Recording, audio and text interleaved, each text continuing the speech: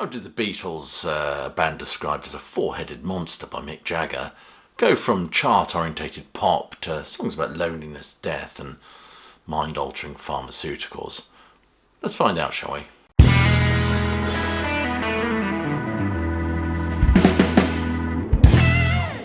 In 1966, the Beatles are morphing to a studio band, using their popularity and fame as leverage to produce music that extended beyond the limits of what was expected of a pop band in the 1960s.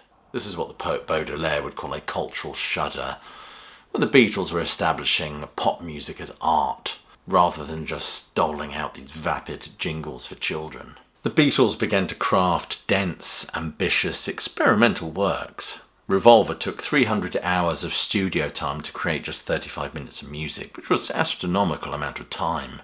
Around this time, Lennon began consuming LSD so recklessly that it affected his self-worth and sense of identity. "I got a message on acid that you should destroy your ego," he told Rolling Stone in 1970, and I did. John was energised by the writings of Aldous Huxley, the British author, later California resident, who developed an interest in hallucinogenic drugs and Eastern religion. After reading The Doors of Perception and Brave New World, John called him the new governor. The Beatles, after their Candlestick Park gig, were very much in the driving seat, as I said before, and there was this massive paradigm shift from musicians being merely entertainers to being artists, and conceptual artists at that. In the words of Robert Rodriguez, they became avatars for a transformative cultural movement. Let's not forget they'd already upset US audiences, especially the religious right, by John Lennon's Jesus comments, as well as the KKK, who just didn't like their effete foppish hair and love for Negro music. And now it seemed the band were cocking a snoop at the music industry in general. 1966 was the year that Ringo met Charlie Chaplin and Paul met philosopher Bertrand Russell. My word, I'd like to have been a fly on the wall between that meeting of the author of I Want to Hold Your Hand and Can't Buy Me Love and the author of A History of Western Philosophy. And George met sitar maestro Ravi Shankar, and perhaps more importantly, John met Yoko Ono. To answer the question, I opened this video with how did the Beatles move from chart-orientated pop to existential narratives about loneliness and death in such a short space of time.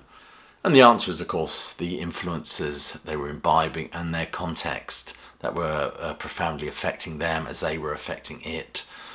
Listening to things like Motown, Smokey Robinson, Karl-Heinz Stockhausen, Bob Dylan, Bernard Herrmann, and of course the Beach Boys. Interestingly, American poet and Trappist monk Thomas Merton was blown away by Taxman, writing in his diary, "They are good beat, independent wit, insight and voice originality." And the existential terror of Eleanor Rigby, with its image of a face kept in the jar by the door, impressed Alan Aldridge, who was interested in surrealism. "The music and the lyrics of the Beatles," he said, "are a tremendous springboard into the imagination." But it seems that songs about alienation coincided with the alienation of Brian Epstein. All those screaming girls carried away with the psychosexual frenzy or teen spasm that was Beatlemania weren't really sure how to respond to songs like Paperback Writer, Eleanor Rigby or later Strawberry Fields Forever. You can't shimmy and shake to songs about loneliness, death and the alteration of consciousness. There's no doubt the landscape was certainly changing and John was mired in religious controversy. Oxfam had recently used his illustration accompanying his poem The Fat Budgie from A Spaniard in the Works, his second book of poems and drawings, for one of its 1965 Christmas cards. Of course, this was prior to his Jesus comments that would lead to mass burning of LPs in the States the following year. It seems that the Fat Budgie just didn't go down well with the supporters of the Oxfam Committee, who just felt it was not an appropriate image to celebrate the birth of Christ. Also at this time, maybe due to his LSD consumption, I don't know, it seemed that Lennon was withdrawing into himself. McCartney was not only seizing the reins of the Beatles, but also spreading his wings, no pun intended. McCartney at this time was absorbing all sorts of influences. Interestingly, Motown was always a big influence on McCartney and the Beatles in general, and there were session musicians known as the Funk Brothers, and their resident bass player was James Jamerson. McCartney said, "His style was one of the major influences on me when I was learning to play electric bass." And Paul would later say, the modern composer Karl-Heinz Stockhausen, a 37-year-old German, recommended to him by Barry Miles and John Dunbar, He said his ideas are fantastic, and Paul was flexing his creative muscles, writing songs not just for the Beatles, but songs that wouldn't be used by the Beatles, but other people. For example, Woman, which was written by Paul under the nom de plume Bernard Webb, was a hit in both Britain and America for Peter and Gordon. Woman, do you love me? Woman, if you need... And there's no doubt that 1966 was a special year for music. We get the wonderful Pet Sounds from the Beach Boys, and that debut album by Frank Zappa and the Mothers, which was a huge influence on the Beatles, especially on McCartney going forward with Sgt. Pepper. Interestingly, when Brian Wilson heard Rubber Soul for the first time, it affected him so profoundly that he had trouble sleeping for 2 nights. He marvelled at the expansion of the group's subject matter and Paul's intricate bass playing. He felt that the music sounded like a cohesive whole rather than just a collection of potential singles and some not good songs thrown in. According to Wilson, it was the next day that he sat down at the piano with his new lyricist Tony Asher and began work on God Only Knows. Of course, 66 did see the release of Pet Sounds, and in fact Lennon and McCartney attended a private listening party for the album. John and Paul were so enamoured with it, especially the musical palette replete with harmonies and sounds not usually explored in rock music. The use of metaphorical instrumentation, block harmonies and arrangements undoubtedly inspired them. Here, There and Everywhere, a song directly influenced by Pet Sounds. In fact, McCartney went on to say God Only Knows was the greatest pop song ever. But McCartney was an artist that always kept his ear to the ground and was certainly influenced by the music of his peers. For example, Daydream by the Loving Spoonful prompted him to write Good Day Sunshine. And writing in the Beatles Forever, Nicholas Schaffner writes that 1966 was the beginning of the band's psychedelic period, and he adds, "The adjective implies not only the influence of certain mind-altering chemicals, but also the freewheeling spectrum of wide-ranging colours that their new music seemed to evoke." And Revolver is an eclectic mix. Nobody would argue with that, from the abrasive sneer of Taxman to the attempts at chamber music with Eleanor Rigby. Many believe this spawns Baroque pop. Ray Davies went on to say that he felt Eleanor Rigby sounds like it was written to please primary school teachers. And we get R&B, of course, and that tentative glimpse into the Tibetan Book of the Dead, just to see what lies beyond the doors of perception. Kenneth Womack said that this album sees the band exploring phenomenologies of consciousness in Tomorrow Never Knows and I'm Only Sleeping. And with its montage cover designed by Klaus Voormann, inspired by Aubrey Beardsley, it certainly raised eyebrows and blew minds. Klaus Voormann was paid £40 for his work and won a Grammy Award in March 1967 in the category of Best Album Cover Graphic Arts. The cover, of course, suggests an explosion of ideas pouring from the heads of each individual Beatle. He chose stark black and white for the cover, when the convention of the time tended to be a predilection for garish psychedelia. So the Beatles recorded Revolver at the start of '66, inspired by pharmaceuticals, Eastern philosophy and the avant-garde. These songs were not designed for the live arena and allowed the band to make liberal use of the technology available in order to create these complex montages of sound. For example, ADT, which was designed by EMI engineer Ken Townsend, as well as vari-speed, reverse tapes and loops, close audio miking, all techniques to push boundaries as well as indulge in a certain musical cross-pollination and an aesthetic that would be fully explored and realised on the follow-up album. Studio technology was incorporated into the conception of the recordings, like a fifth member of the group, in fact, rather than just being a tool to record the proceedings. We get the psychedelic Tomorrow Never Knows and Eleanor Rigby, that meditation on an unexamined and unfulfilled life, employing a string octet. The sessions also produced a non-album single paperback writer, Back with Rain. One of the most important sonic innovations on Revolver was a sweater, believe it or not. Their new teenage engineer Jeff Emmerich stuffed Ringo's wool sweater into his bass drum, giving Ringo's drums that distinctive thud and thwomp sound. And there were various titles posed for this album, including Abracadabra, Magic Circles, Pendulum, Beatles on Safari, and Ringo suggested After Geography, a light-hearted poke at the Beatles' aftermath, or aftermath. And of course the Revolver is a pun on a handgun, but also a term for an LP record. And lots of subgenres of music have been suggested by the album Revolver. Electronica with Tomorrow Never Knows. Some have argued that the abrasive sneer of Taxman anticipates punk. For No One has a distinctly baroque feel, as does Eleanor Rigby, which some critics have suggested it's a meditation on alienation in post-war Britain. And world music, of course, with Love You Too. I mean, this is such an important album. Lennon and Harrison, of course, addressed such subjects as politics, drugs, and the very nature of consciousness. And McCartney was on top form with songs about relationship breakdowns and meditations on loneliness, all told of his usual sunny disposition. 1966 was a year there was this power shift, I think, within the Beatles, and McCartney seemed to become the driving creative force behind the band. And if I may quote from Robert Rodriguez's book, Revolver, How the Beatles Reimagined Rock and Roll. 1966 marked the point where things began to shift. Paul's creative renaissance came just as John's point of engagement started to wane. Every one of the Beatles' big concepts after this year came from Paul. Sgt. Pepper, Magical Mystery Tour, the formation of Apple as a clothes shop, record label and film company, the Get Back project, Abbey Road. The biggest single the group would ever record, Hey Jude, would be written by Paul with virtually no input from John. Revolver marked the exact midpoint in the shift between the dominance of the two top-tier Beatles. But 1966 was the year we got that bizarre album cover designed by Robert Whittaker, that photo shoot known as the Butcher's Sleeve for the Yesterday and Today album, a sleeve inspired by surrealists Hans Bellmer and Merritt Oppenheim. However, this sleeve did cause some problems for the Beatles and the record company, and the cover photo was soon replaced with a picture of the four band members posed around an open steamer trunk.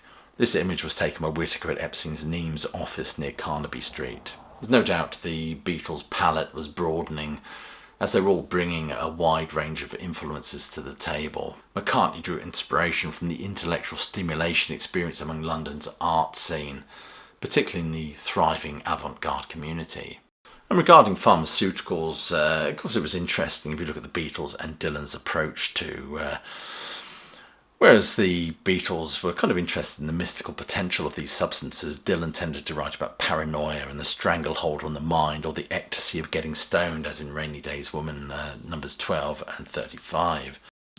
Interestingly, John admired Dylan but criticised his lyrics as phony. Lennon felt that his lyrics were difficult to fathom because he used literary trickery to dazzle his listeners. He didn't believe that the madmen, judges and jugglers and thieves that thronged Dylan's songs were anything other than nice-sounding words to sing and exotic images for fans to puzzle over. He felt Dylan's enigmatic lines sounded like proverbs but had no real wisdom at their core. Nevertheless, Dylan's influence is apparent on the Beatles, from the folky sound of You've Got to Hide Your Love Away, the surrealism of Norwegian Wood, and the introspection of In My Life. Dylan also produced songs that kind of parodied the Beatles as well, especially Fourth Time Around, which was based loosely on the tune of Norwegian Wood. When she said don't waste your words, they're just lies, I cried, she was... There's actually a tape that emerges from 1970 parodying Dylan's Stuck Inside of Mobile, with Lennon instead singing Stuck Inside of Lexicon with Roger's Thesaurus Blues again. But Dylan was his scrawny folk singer, singing songs about America's oppressed and the poor, before he decided to plug in and started singing songs inspired by T.S. Eliot and the French symbolist poets. As far as the folk scene, he was now loud and difficult. Interestingly, talking about drugs, Lennon would say that Rubber Soul was the marijuana album, as Revolver was definitely the band's LSD album. And so this mind expansion was oozing out in sort of songs they were writing, Day in the Life, Strawberry Fields Forever, even I Am a Walrus, which is written partly to snoop or cock a snoop at certain intellectuals over-analysing his songs. We get Taxman on this album, it's slashing guitar and sneer, it's wonderfully punk, I think. And the chanted names of the British Prime Ministers Edward Heath and Harold Wilson are apparent here. Rolling Stone has described this song as skeleton funk, Harrison's choppy fuzz-toned guitar chords moving against an R&B dance beat. In 1965, of course, Harold Wilson recommended the Beatles for MBEs, which they received a few months later at Buckingham Palace, the first pop stars ever to be given such an honour. However, since they'd become so wealthy, the Beatles resented the huge sums they had to pay in taxes. The Labour government under Wilson had introduced a super tax of 96.25% for high earners. This meant for every £1 million the Beatles earned, they were only allowed to keep less than 50,000 of it. There's one for you, 19 for me. Many have argued the striking resemblance of Taxman to the Batman theme. Of course, Batman hadn't aired in the UK while they were doing Revolver, however the Beatles had been exposed to it in the USA. And Taxman had this wonderful interjection from John Lennon, who suggested a change in the lyrics. For example, George Harrison was going to go with, "You work hard trying to get some bread, you won't make out before you're dead." The idea of taxes from the cradle to the grave were kind of lamented here, but Lennon rather succinctly and brilliantly decided a better line would be, "Now my advice for those who die is declare the pennies on your eye." Eleanor Rigby and I'm Only Sleeping are two fabulous songs on this album. There's of course the line in Eleanor Rigby, "That face that she keeps in the jar by the door," may have been taken from T.S. Eliot's The Love Song of J. Alfred Prufrock. T.S. Eliot writes, "A face to meet the faces that you meet." And I'm Only Sleeping has a languid drifting quality suggested by the backward guitars that leaves one wondering if it's more about a chemically induced haze than anything else.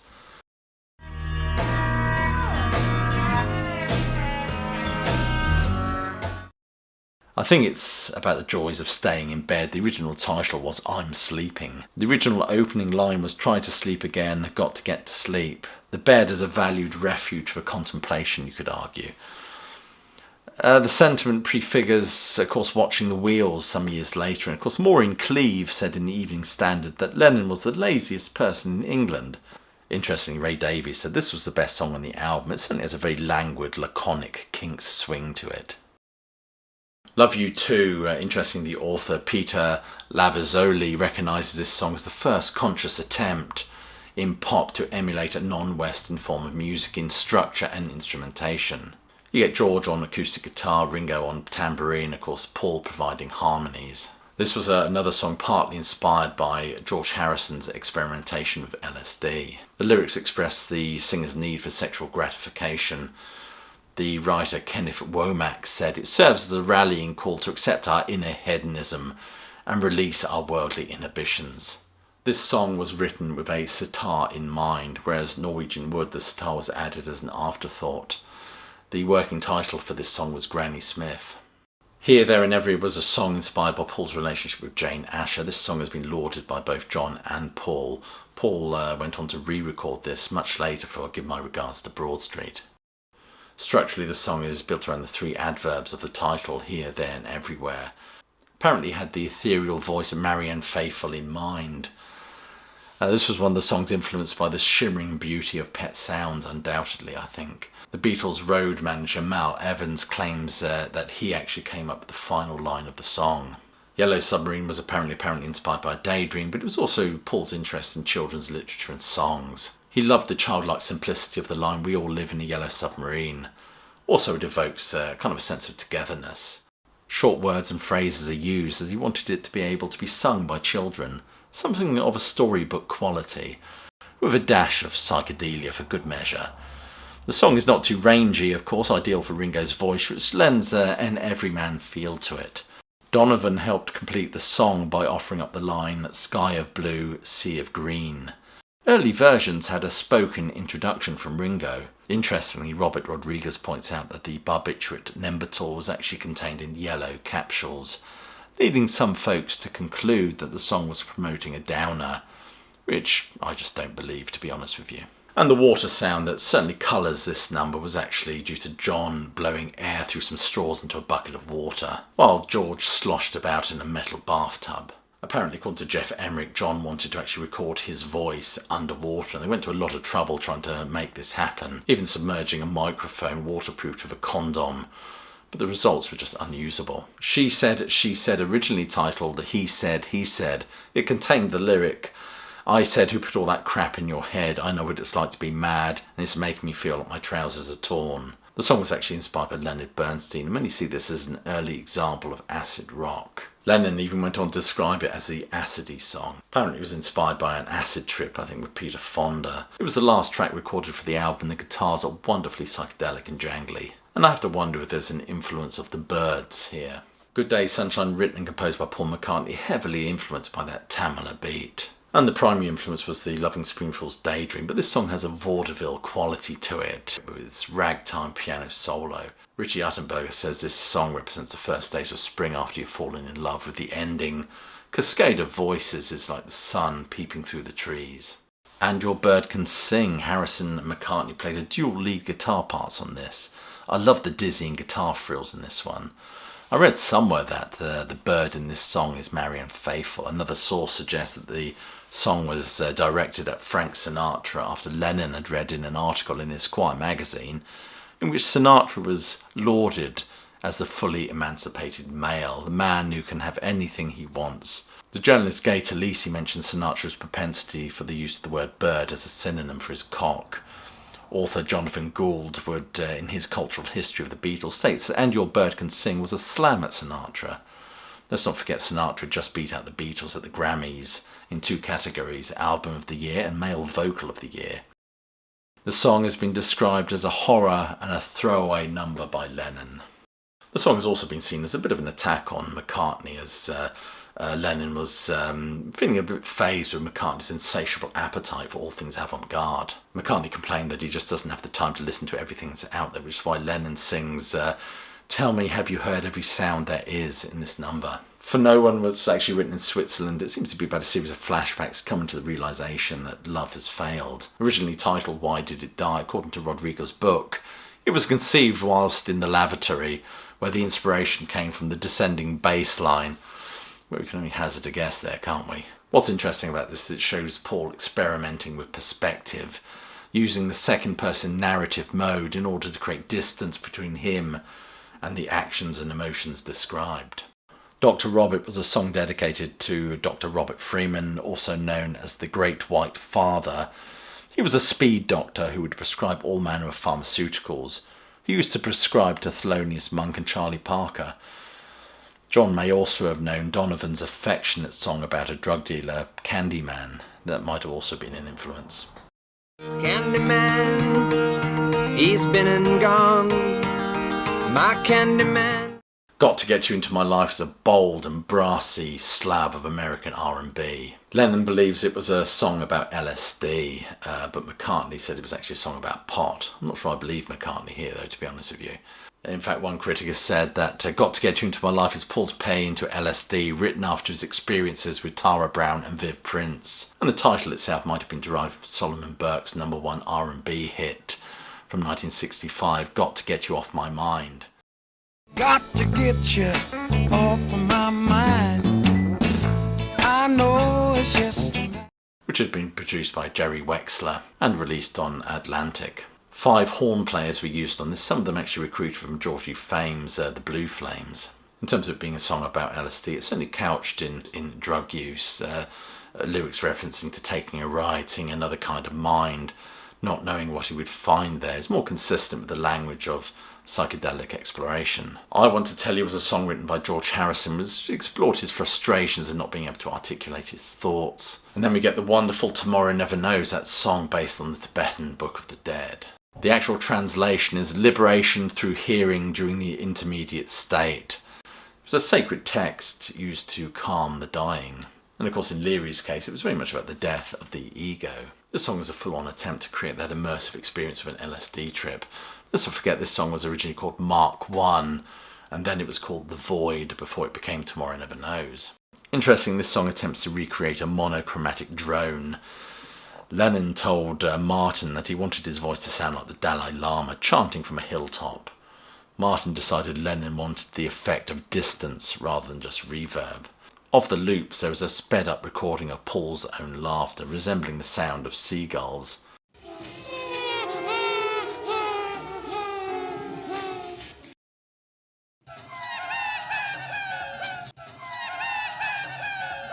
There's no doubt that Revolver is a revolutionary album and certainly prepares the way for Sgt. Pepper with its Looking Glass Victoriana. It's unashamedly experimental, creating numerous shades and tones in music, and of course considered to be a psych rock classic. There was certainly a sophistication in the writing. In fact, Steve Turner in his book, he writes, In the early days, they made the point of using you and me in their titles, Love Me Do, From Me to You, Please Please Me, and She Loves You, because they deduced from fan mail that many listeners experienced the songs as being personally addressed to them when these pronouns were used. Paul's new song about a spinster cleaning up rice after a wedding and a lonely priest had no first or second person pronouns. It was written from the point of view of a detached observer, using the techniques of a novelist or a screenwriter. Paul was testing fresh approaches to songs, just as John had recently done with Nowhere Man. Anyway, there you are. That's my thoughts on the Revolver album and why this is such an important album.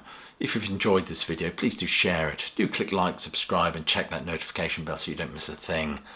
And check some of the links below this video for ways you can support the sterling work of the channel. Become a Patron, why not? We're all part of a classic rock community there.